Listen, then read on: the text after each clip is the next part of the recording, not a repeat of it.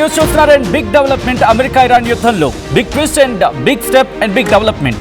Iran conditions కి America ఒప్పుకుంది. పాకిస్తాన్లో చర్చలకు ముందు 2 కండిషన్స్ పెట్టింది ఇరాన్. అందులో మొదటిది లెబనాన్లో సీజ్ ఫైర్, రెండోది ఇరాన్ ఆస్తుల రిలీజ్కి సంబంధించి. ఈ రెండింటిని కండిషన్స్కి పెట్టింది ఇరాన్. అయితే ఈ కండిషన్స్కి అమెరికా ఒప్పుకుంది.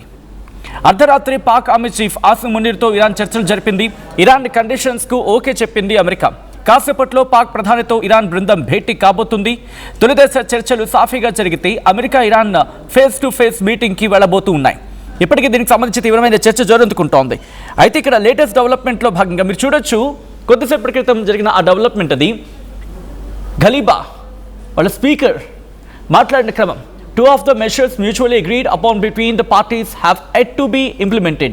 A ceasefire in Lebanon and the release of Iran's blocked assets prior to the commencement of negotiations అంటూ కూడా చెప్పుకొచ్చిన సందర్భం.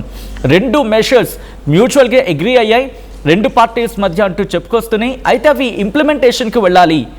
అయితే అగ్రిమెంట్ అయితే జరిగింది, అగ్రీ అంటే ఒప్పందం అయితే కుదిరింది, కానీ అవి అమల్లోకి వెళ్ళడం మాత్రం ఉండిపోయింది అని చెప్పి ఇటు ఇరాన్ చెబుతున్న మాట, ఇరాన్ స్పీకర్ చెప్తున్నమాట. ఈ సీజ్ ఫైర్ ఇన్ లెబనాన్లో సీజ్ ఫైర్ అనేది ఉంది. దాంతోపాటు ఇరాన్కి సంబంధించిన ఆస్తులని బ్లాక్ చేసి ఉంచింది, కాబట్టి వాటిని పూర్తిగా విడుదల చేయాలి ఆ నెగోషియేషన్స్లో భాగంగా అంటూ కూడా ఇరాన్ చెప్పుకొచ్చింది. అయితే these 2 matters must be fulfil before negotiations begin. అయితే ఈ రెండింటినీ నెగోషియేషన్స్ అంటే శాంతి చర్చలు ప్రారంభమయ్యి ఈ శాంతి చర్చలకు నెగోషియేషన్స్కి వెళ్ళే కన్నా ముందు ఈ రెండింటినీ నెరవేర్చాలి అనేది ఇక్కడ ఇరాన్ పెట్టిన కండిషన్స్. ఈ క్రమంలోనే అమెరికా ఒప్పుకుంది. ఇరాన్ ఫ్రోజన్ అసెట్స్ ఖతార్లో కావచ్చు అండ్ అదర్ ఫారెన్ బ్యాంక్స్లో కావచ్చు, వీటిని రిలీజ్ చేసేందుకు అమెరికా ఒప్పుకుందనేది ఇరానియన్ సోర్సెస్ని కోట్ చేస్తూ అంతర్జాతీయ వార్తా సంస్థలు చెబుతున్నమాట. ఇది నేను చెప్తున్న మాట కాదు, ఇంకా అంతర్జాతీయ వార్తా సంస్థలే కోట్ చేస్తూ ఉన్నాయంటే అర్థం చేసుకోవచ్చు. దాంతోపాటు ఇరాన్ డెలిగేషన్ పాకిస్తాన్ ప్రధాని షెహబాజ్ షరీఫ్ని కలిసే అవకాశం ఉంది, కలవబోతోంది. ఇన్ఫ్యాక్ట్ కలిసిందే అంటూ కూడా కాస్త చర్చ అయితే మాత్రం జోరందుకుంది. ఈ క్రమంలోనే కొన్ని కీలకమైన డెవలప్మెంట్స్ ఉన్నాయని చెప్పుకోవచ్చు. ఇరాన్ డెలిగేషన్ పాకిస్తాన్ ప్రధాని షెహబాజ్ షరీఫ్ని కలవడం జరిగింది. ఇంట్రెస్టింగ్ లేటెస్ట్ డెవలప్మెంట్, పాకిస్తాన్ ప్రధాని షెహబాజ్ షరీఫ్ని కలవడం జరిగింది అంటూ కూడా ఈ అంశానికి సంబంధించి మాట్లాడుకుంటున్న క్రమం ఇప్పుడేం జరిగే అవకాశం ఉంది. ఇరాన్ సంబంధించి ఇరాన్ ఫస్ట్ వైస్ ప్రెసిడెంట్ ఏమన్నారంటే, ఆ డీల్ విత్ యునైటెడ్ స్టేట్స్ అనేది అంటే అమెరికాతో ఒప్పందం అనేది ఒకవేళ పాసిబుల్ అవుతుంది, నెగోషియేషన్స్ ఒప్పుకున్న క్రమంలోనే దట్టు ఏంటి అమెరికా ఫస్ట్ ఏముంటుంది. ఇన్ఫ్యాక్ట్ ఇక్కడ మాత్రం కాస్త కాంట్రడిక్షన్ కనిపిస్తుంది.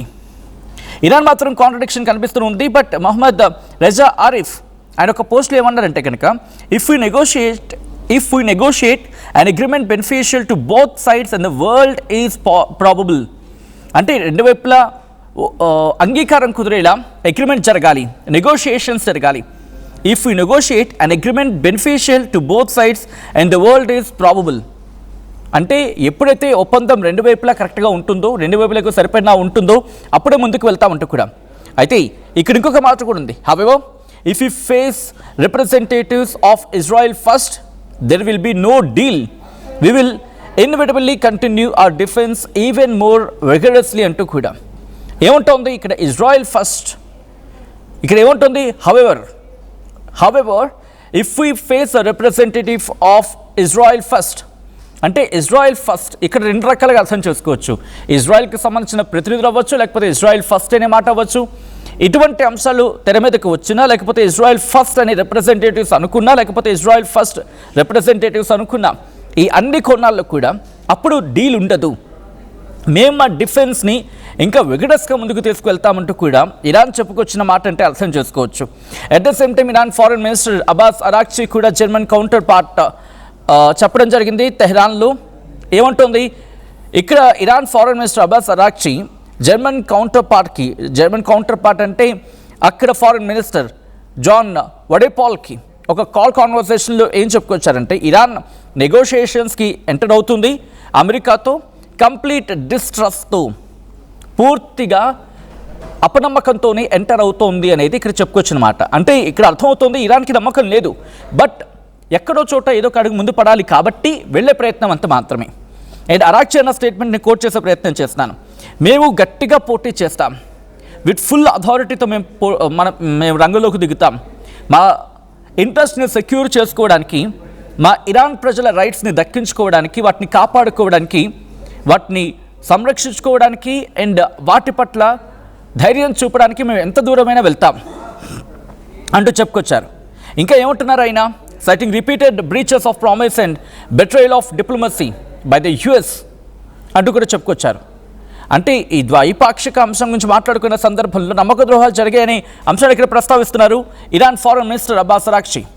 దాంతోపాటు Pakistan foreign minister US Iran ఇక్కడ రిక్వెస్ట్ చేసుకోవడం జరిగింది. ఎంత కీలకమైన డెవలప్మెంట్ జరిగేది చూడండి. ఇదంతా కూడా దాదాపు మధ్యాహ్నం 12 తర్వాత జరిగిన కీలకమైన పరిణామాలు.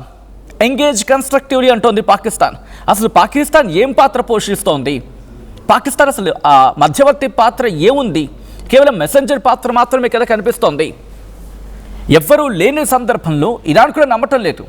ఇరాన్ ఎక్కడ నమ్ముతోంది? నమ్ముతున్న దాఖలా కనిపించట్లేదు, నమ్మట్లేదు. కాబట్టి ఈరోజు మీరు చూడొచ్చు, వాళ్ళ ఫ్లైట్కి సంబంధించి మాట్లాడుకున్న క్రమంలో 130 మంది నుంచి 160 మంది అంటూ ఉన్నారు కదా చిన్నారులు. వాళ్ళని ఇన్ఫ్యాక్ట్ వాళ్ళు మరణించిన తర్వాత వాళ్ళ బ్యాగులు ఉంటాయి కదా, వాళ్ళ ఫోటోలు, వాళ్ళ బ్యాగులు అక్కడ వాళ్ళ అంటే ఆ ప్లేన్లో మీరు చూస్తే కనుక ఒకసారి చెప్పే ప్రయత్నం చేస్తున్నాను. అమెరికా దాడుల్లో దాదాపుగా 130 మంది చిన్నారులు చనిపోయారు. ఆ చిన్నారుల ఫోటోని, ఈ ఫ్లైట్ ఉంటుంది కదా వీళ్ళు వెళ్ళేది డిస్కషన్స్కి, దాంట్లో ఆ చైర్స్లో, ఆ సీట్స్లో వాళ్ళ ఫోటో, వాళ్ళు ధరించిన బ్యాగ్, మొత్తం రక్తసిక్తమైపోయి ఉన్న ఆ బ్యాగ్, దాంతోపాటు ఒక ఫ్లవర్ని వాళ్ళకి నివాళులర్పిస్తూ ఒక రోజా పూను ఒక ఫ్లవర్ను అక్కడ పెట్టి ఆ ఫ్లైట్ని పంపించారు. మినాబ్ అంటూ కూడా నిజంగా ఒక విధంగా చెప్పాలంటే ఎమోషనల్గా ఈ డిప్లొమసీ ఎమోషనల్గా మారిపోయింది. దీనికి సమాధానం చెప్పాలని అర్థం వచ్చేలాగా, దాంతోపాటు ఇదిగో నువ్వు చేసిన తప్పు అని చెప్పి చూపించేలాగా ఇరాన్ ఇక్కడ దీన్ని ఎమోషనల్గా చూపించే ప్రయత్నం చేసింది. ఎస్, మేము డిప్లొమసీకి సిద్ధం, విత్ కంప్లీటెడ్ డిస్ట్రస్ట్.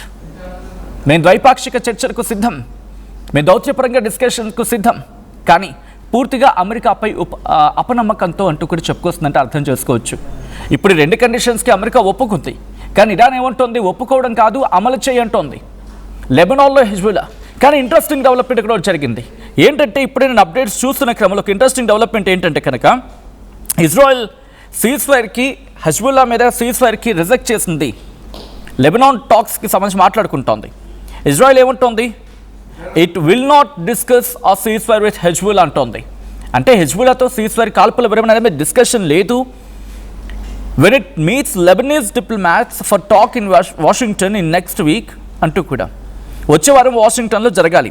ఎవరికి? లెబనీస్ డిప్లొమాట్స్కి అండ్ ఇజ్రాయెల్ డిప్లొమాట్స్కి మధ్య, లేకపోతే ఇజ్రాయెల్ రిప్రజెంటేటివ్స్కి మధ్య. కానీ మేము సిద్ధంగా లేము. ఇజ్రాయెల్ అయితే రిజెక్ట్ చేయడం జరుగుతుంది కాల్పుల విరమణకు సంబంధించి.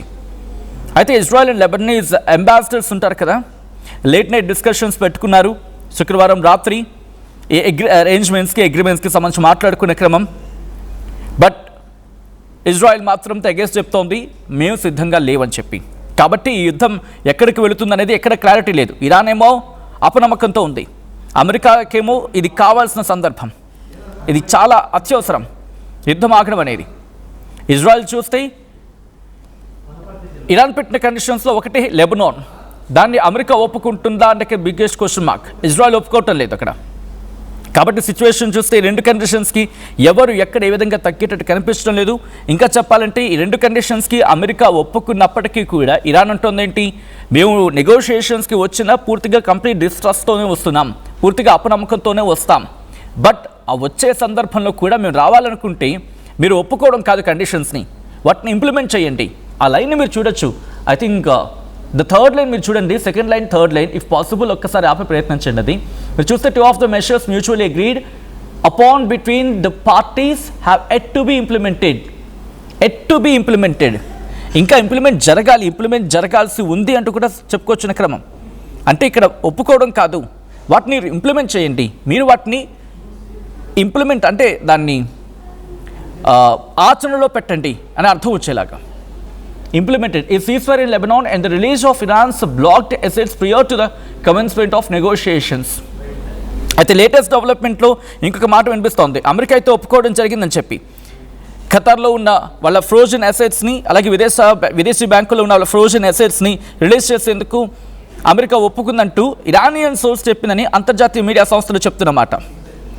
అండ్ ఇక్కడ ఇరాన్ డెలిగేషన్ పార్లమెంట్ స్పీకర్ బగేర్ గలీబాఫ్, దాంతోపాటు ఏకంగా 71 మంది టాప్ డిప్లొమాట్స్ అబ్బాస్ అరాక్చి పాకిస్తాన్ క్యాపిటల్లోకి దిగారంటూ ఒక మాట వినిపిస్తోంది.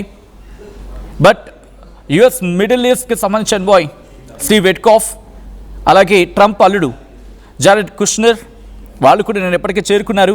America vice president JD Vance కూడా అక్కడికి చేరుకోవడం జరిగింది. అండ్ దాదాపుగా మిలిటరీ యాక్టివిటీ కూడా చాలా సెక్యూర్డ్గా అక్కడ ఏర్పాటు చేసుకోవడం జరిగిందంటూ కూడా మాట్లాడుకున్న క్రమం. అయితే ఇజ్రాయెల్ స్ట్రైక్స్ లెబనాన్లో ఇప్పుడు కీ ఫ్లాష్ పాయింట్గా మారిపోయింది. ఇక్కడ దాదాపుగా 300 మందికి పైగా మరణించడం జరిగింది ఈ యుద్ధంలో. లెబనాన్ విషయం గురించి మాట్లాడుకుంటే కన్ఫైన్ టు దాట్. ఇప్పుడిదే ట్రూస్ ఒక విధంగా చెప్పాలంటే ఆ క్వశ్చన్ని రైజ్ చేయడం జరుగుతోంది, whether the truce applies to Hezbollah అని చెప్పి. At the same time Trump మీడియాతో మాట్లాడుతూ Netanyahu is going to scale back strikes అంటూ కూడా, అంటే బహుశా వెనక్కి వచ్చే అవకాశం ఉందనుకోవాలి. But is it so?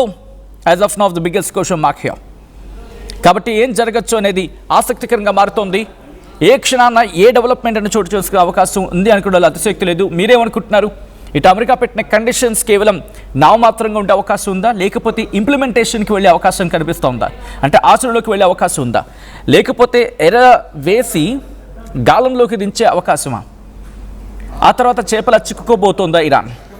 ఏం జరగబోతోంది? మీరేమనుకుంటున్నారు? కామెంట్ చేసే ప్రయత్నం చేయండి.